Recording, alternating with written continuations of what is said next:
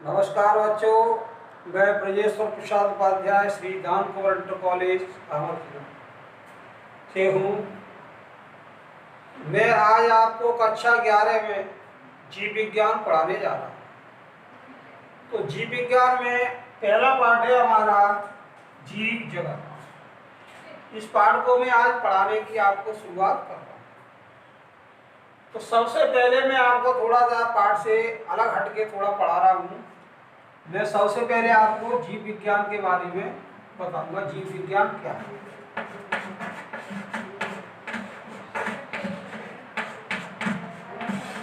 जीव विज्ञान की क्या परिभाषा बनती है? वह विज्ञान जिसके अंतर्गत जीव जंतुओं एवं पेड़ पौधों का अध्ययन किया जाता है उसे हम जीव विज्ञान कहते हैं। जीव विज्ञान शब्द का प्रयोग सर्वप्रथम एक फ्रांस के वैज्ञानिक थे लेमार्क और जर्मनी के वैज्ञानिक थे टेरीवेनस। इन्होंने जीव विज्ञान शब्द का प्रयोग किया था। जीव विज्ञान के जन्मदाता थे, इसके जन्मदाता अरस्तु थे। जन्मदाता अरस्तु थे। जीव विज्ञान दो शब्दों से मिलकर बना है, जीव धन विज्ञान। जीव का अर्थ होता है जीवन और विज्ञान का अर्थ होता है अध्ययन, यानी बायोलॉजी। बायो मीन्स जीवन और लॉजी मीन्स अध्ययन। तो जीवन का अध्ययन ही जीव विज्ञान कहलाता है।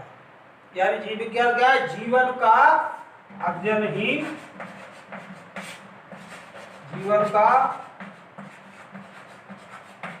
अध्ययन ही जीव विज्ञान कहलाता है।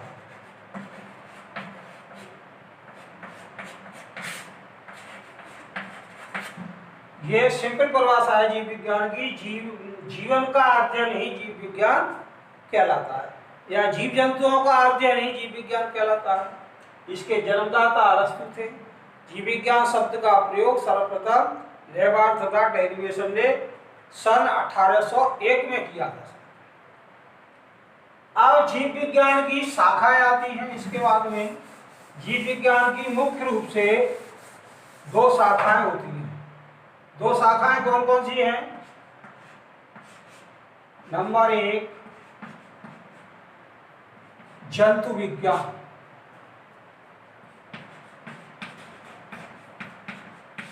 और दूसरी होती है वनस्पति विज्ञान।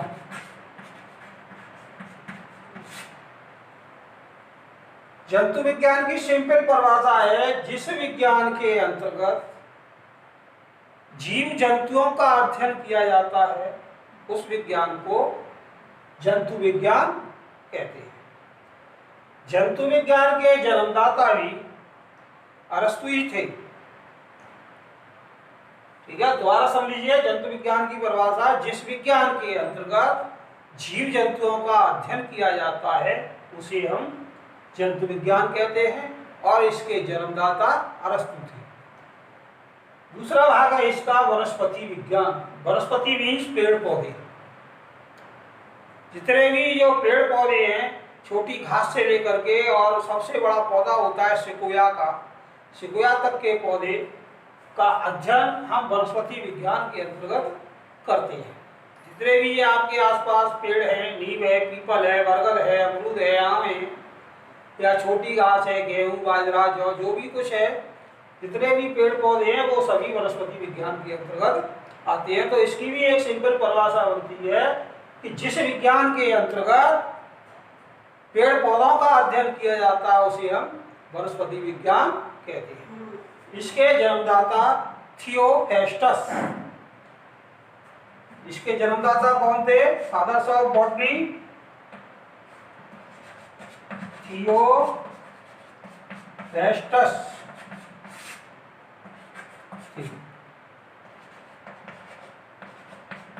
इसके जन्मदाता थे थियोपेस्टस। पूछ लिया जाता है कभी कभी कि वनस्पति विज्ञान के जन्मदाता कौन थे? थियोपेस्टस थे। और जंतु विज्ञान के जन्मदाता कौन थे? अरस्तु थे। इसके बाद में अब आपका पहला पाठ शुरू होता है। इसकी और कई शाखाएं, लेकिन मुख्य शाखाएं आपकी ये दो ही हैं। इन दोनों शाखाओं की फिर अनेक उप शाखाएं हुई हैं, उप शाखाओं को भी और बांटा गया है। तो अब यहाँ हम बात करते हैं आप जीव जगत की। जीव जगत में सबसे पहले अब आपको सजीव और निर्जीव के बारे में पढ़ाएंगे। पिछली कक्षा में आप पढ़ चुके हो, शायद मैं समझ रहा हूँ, ये सजीव और निर्जीव कई कक्षाओं में आप पढ़ चुके होंगे। सजीवों में मुख्य रूप से जो सजीव वृद्धि, विकास या जनन, उपापचय, संवेदनशीलता, ये सारी चीजें, श्वसन है, उत्सर्जन है, ये जो चीजें पाई जाती है वो सभी सजीवों के मुख्य लक्षण कहलाते हैं। अब इन सजीवों में सबसे पहले हम बात करते हैं वृद्धि की। सजीवों के जो लक्षण हैं, वृद्धि की बात करते हैं। अब ये लक्षण भी दो प्रकार के हैं, एक तो लक्षण और एक विशिष्ट लक्षण।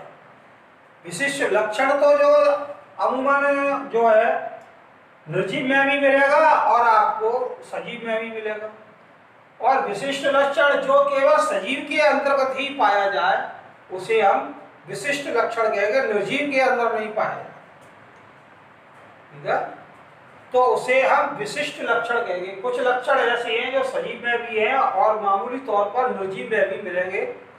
आपको अभी बीच बीच में बताता चलूंगा कौन सा सजीव जो है प्रमुख लक्षण है और कौन सा लक्षण है। तो सबसे पहले हम बात करते हैं सजीवों में वृद्धि की। वृद्धि एवं विकास, चलो दोनों साथ साथ में। अब देखिए, वृद्धि एवं विकास के अंतर्गत किसी वस्तु के भार, आयतन और संख्या में बढ़ोतरी होना ही उसकी वृद्धि कहलाती है। वृद्धि क्या हुई कि किसी वस्तु के भार, आयतन और संख्या में बढ़ोतरी होना ही उसकी वृद्धि कहलाती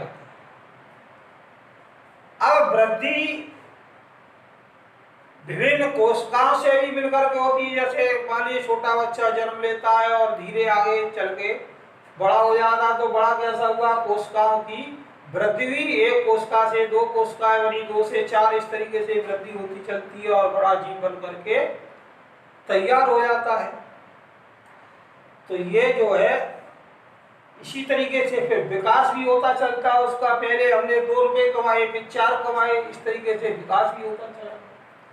तो ये वृद्धि और विकास हुई। निर्जीव सजीव के अंदर वृद्धि एवं विकास होता है, लेकिन निर्जीव के अंदर भी कभी कभी वृद्धि और विकास हमें, वैसे निर्जीवों में वृद्धि विकास नहीं होता, लेकिन फिर भी हमें कुछ जगह पर इनके अंदर वृद्धि और विकास देखने को मिल जाता है। जैसे रेत के टीले हैं, मान लीजिए ये रेत का टीला,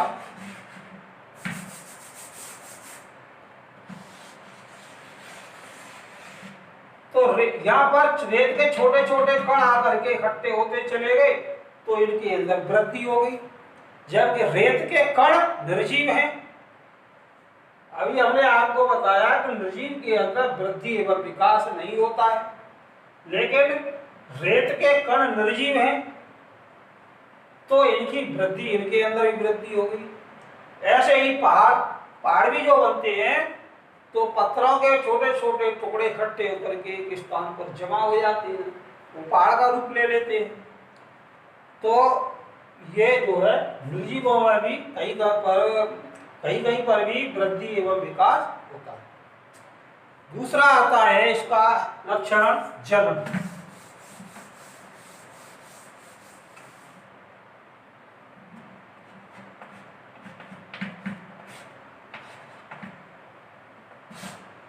तो वृद्धि विकास एक विशिष्ट लक्षण नहीं है, केवल लक्षण ही है ये।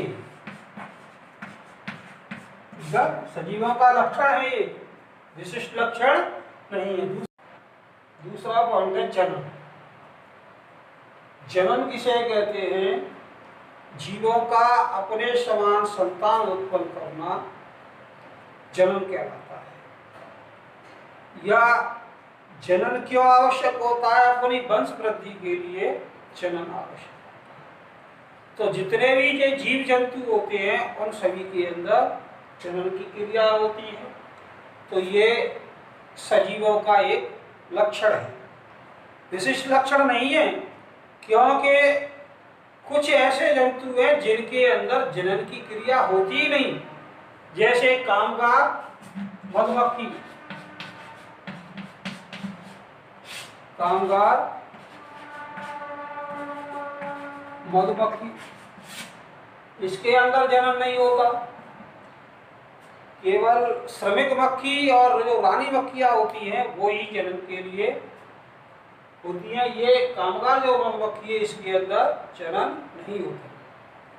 दूसरा खच्चर, पहला ये हो गया कामगार मधुमक्खी, दूसरा खच्चर। खच्चर के अंदर भी जनन नहीं होता। और तीसरा है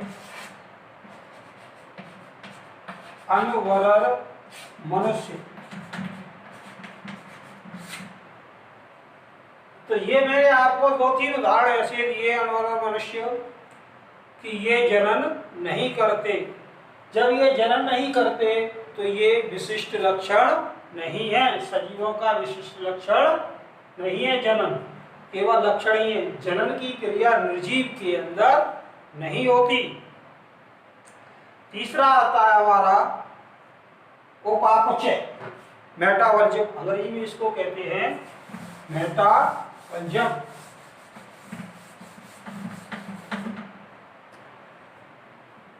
तीसरा नंबर उपापचय।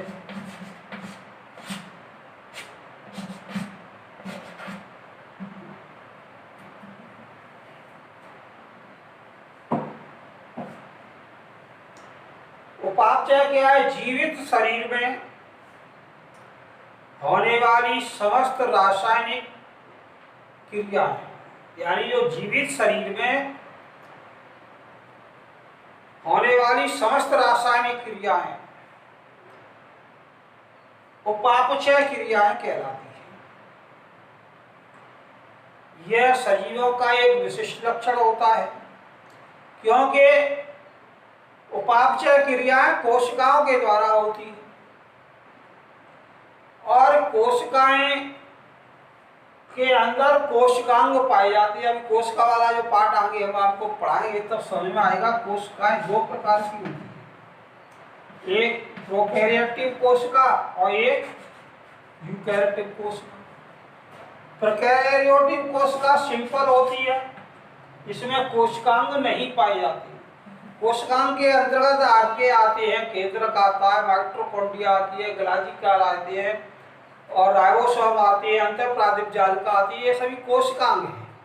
जब ये सभी कोशिकांग नहीं पाए जाएंगे तो इसकी कोई त्रुटि नहीं होगी। तो यूकैरियोटिक कोशिका में ये कोशिकांग पाए जाते हैं जिससे शरीर की सारी क्रियाएं होती रहती है। पाचन होना है, श्वसन होना है, ये सब कोशिकांगों के अंतर्गत ही होते हैं। भोजन का पाचन होना है, स्वांगीकरण की क्रिया, ये सभी कोशिकांग के ऊपर ही निर्भर करती है।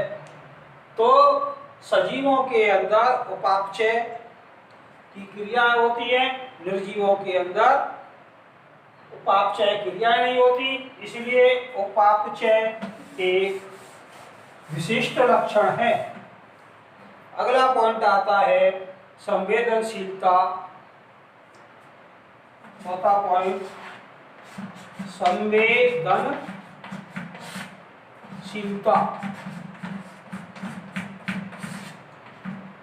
जितने भी सजीव प्राणी सजीव हैं या जितने जीव जंतु पेड़ पौधे हैं वे सभी संवेदनशील होते हैं।